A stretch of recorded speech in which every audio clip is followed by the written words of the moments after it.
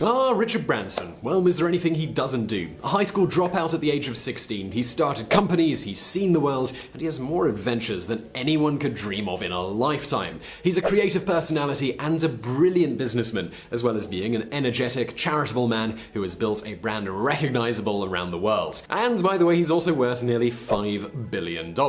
So how exactly did Branson get to where he is today?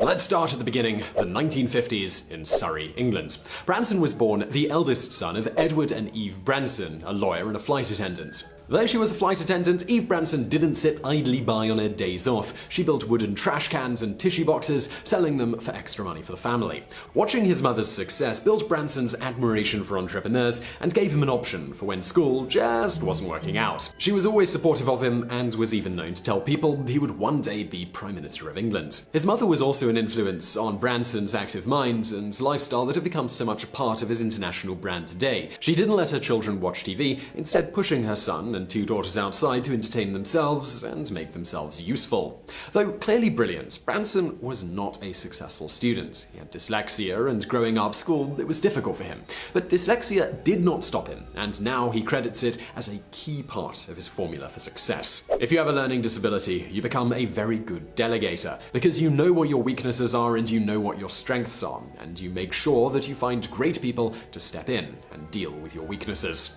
He moved through several schools as a child, eventually giving up on institutionalized learning at the age of 16. But he did not give up on achieving.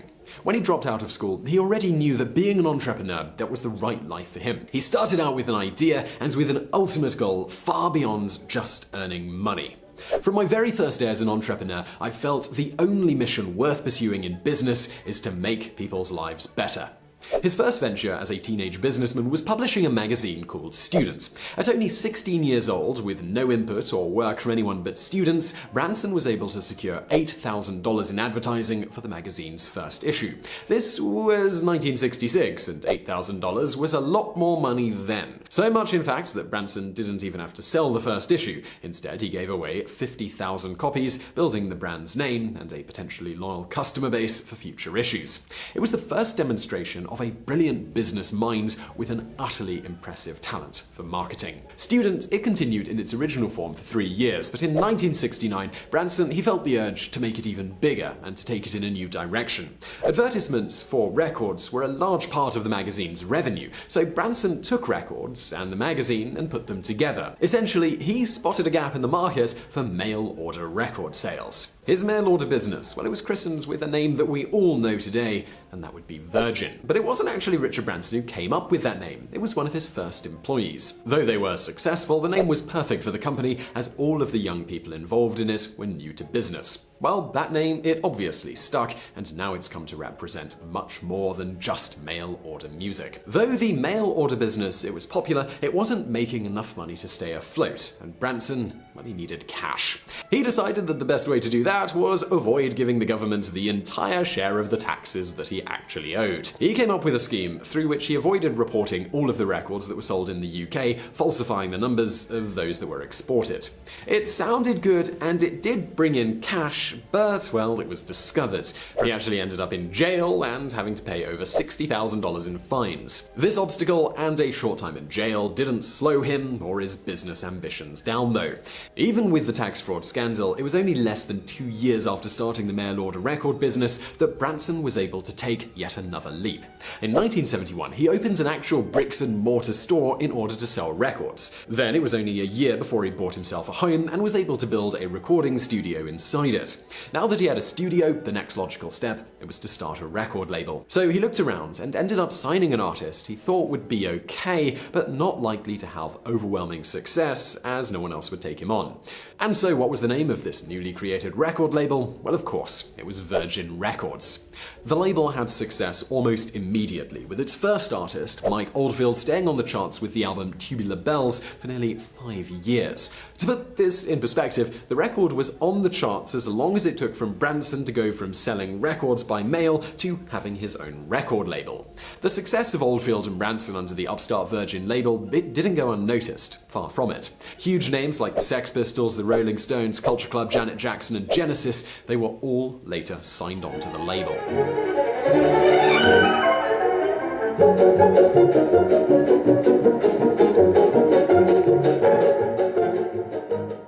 Throughout the 1970s, while Branson was in his 20s, he focused on his ever-growing music business. But by 1984, he was again itching to try something new.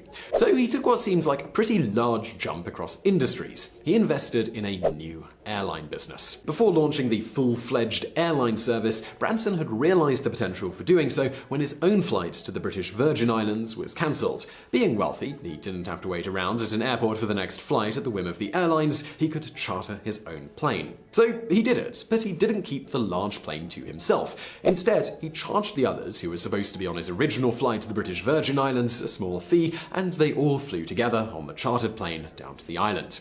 His creative mind and business intuition, they saw an opportunity here, and Branson, well, he was ready to seize it. Soon after his initial experimental charter flight to the British Virgin Islands, he called up Boeing and asked what they had for sale. Well, they said that they had a Boeing 747 available, and Branson bought it, and this was the start of his fleet of airplanes. As he had with the mail-order record business, Branson saw a need and a way that he could run a business better than others who were currently doing so. So, in true Richard Branson style, he did just that. "We just made it that much more special than the other airlines we were competing with," he says of what he achieved with Virgin Atlantic Airways. Long before it was the norm, Virgin was offering such luxuries as individual TV screens to help people pass the time on flights. Now, initially, Virgin, it operated only out of London's Gatwick Airport, but by 1991, it had grown to the point where it was given permission to fly out of Heathrow. British Airways, well, they were not so pleased by this new threat to their previously unchallenged supremacy, and they certainly did not sit idly by while Virgin kept gobbling up the market share. In 1993, Virgin accused British Airways of a so-called series of dirty tricks that ranged from computer hacking to libel. Following the accusations, British Airways, they settled and forked over nearly $4 million in legal fees and compensation. Now you might be wondering, well, what did Branson do with the money that he received in this settlement? Well, he didn't just stick it all in his own bank account. Instead, he decided to share it with Virgin's employees. Now, though the settlement, it was a win for the company, it didn't mean Virgin and Branson were completely successful and had nothing to worry about. On the contrary, in fact, Branson was unfortunately forced to sell his music business in order to keep his empire going. EMI, they bought Virgin Records in 1992, and although it was a good business decision, it was a tough personal choice for Branson. The music business, it was Branson's baby. It was his first venture, and it was the reason everything else he had built was possible. Over the years, he's been very open about just how difficult that sale was for him. I mean, you build something from scratch. We had just signed Janet Jackson, we had signed the Rolling Stones when we sold it. And I remember running down Ladbroke Grove, tears streaming down my face, with a check for $1 billion. Since the sale, Virgin Airlines has continued to grow. Branson added a cell phone sector to his business, and then a space travel venture called Virgin Galactic. 500 people have bought tickets of an as-yet unscheduled flight into space with Virgin Galactic. Overall, Richard Branson owns 200 companies linked to the Virgin brand, but, well, business, it's not his only interest, and nor is it his only talent.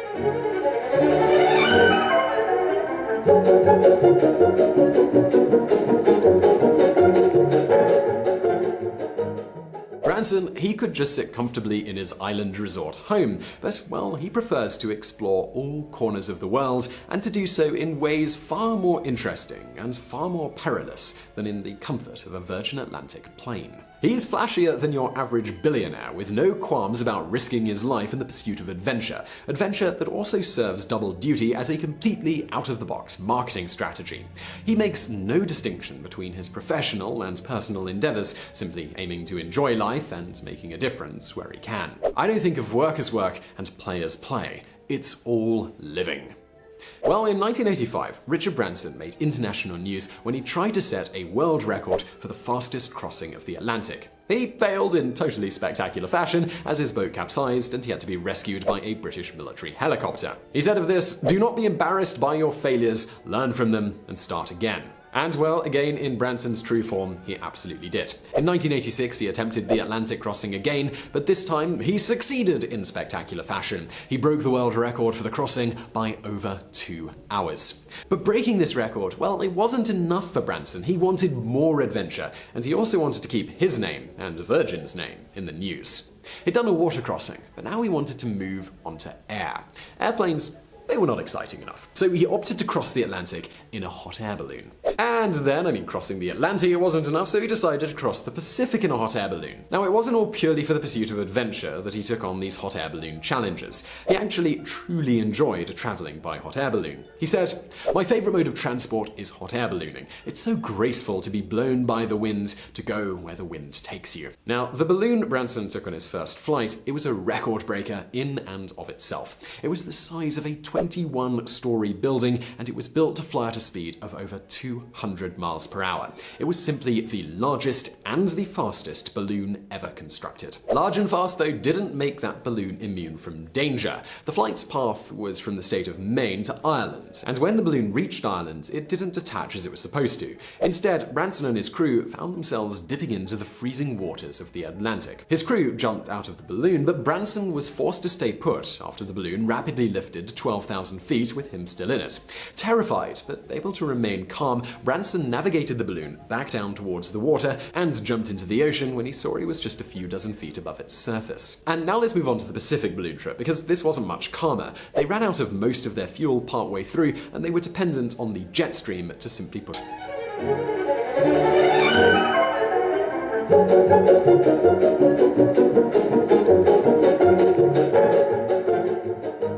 Richard Branson, he could have continued to struggle through high school doing things he hated and that he didn't care about. He could have fought his way to becoming a lawyer like his dad, or settling into a middle-class office job in London or the surrounding area. He could have stuck it out, but he listened to his instincts and he went with his heart. A dropout, he could have fallen to the bottom and struggled through life feeling sorry for himself for having a learning disability. But his passion and his personality, along with his mother's constant encouragement, propelled him forward.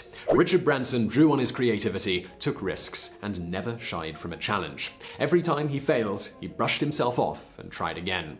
He gives back to a world that has given him much, and he continues to succeed as a businessman and as an admired personality. Richard Branson once said that if you want to stand out from the crowd, give people a reason not to forget you. Richard Branson, well, he clearly follows his own advice, and this has led him to a successful and passionate life. So I really hope you enjoyed the video. If you did, please do give us a thumbs up below, and do not forget to subscribe. We put out brand new biographies just like this of modern day people like Richard Branson or people from history, also some things on the darker side, serial killers. We cover the gamut of people we think would make a good biographics video. So do subscribe. Brand new videos twice a week. That's Mondays and Thursdays. Also some of our older videos over there on the right. More stuff that you can check out right now. And as always, thank you for watching.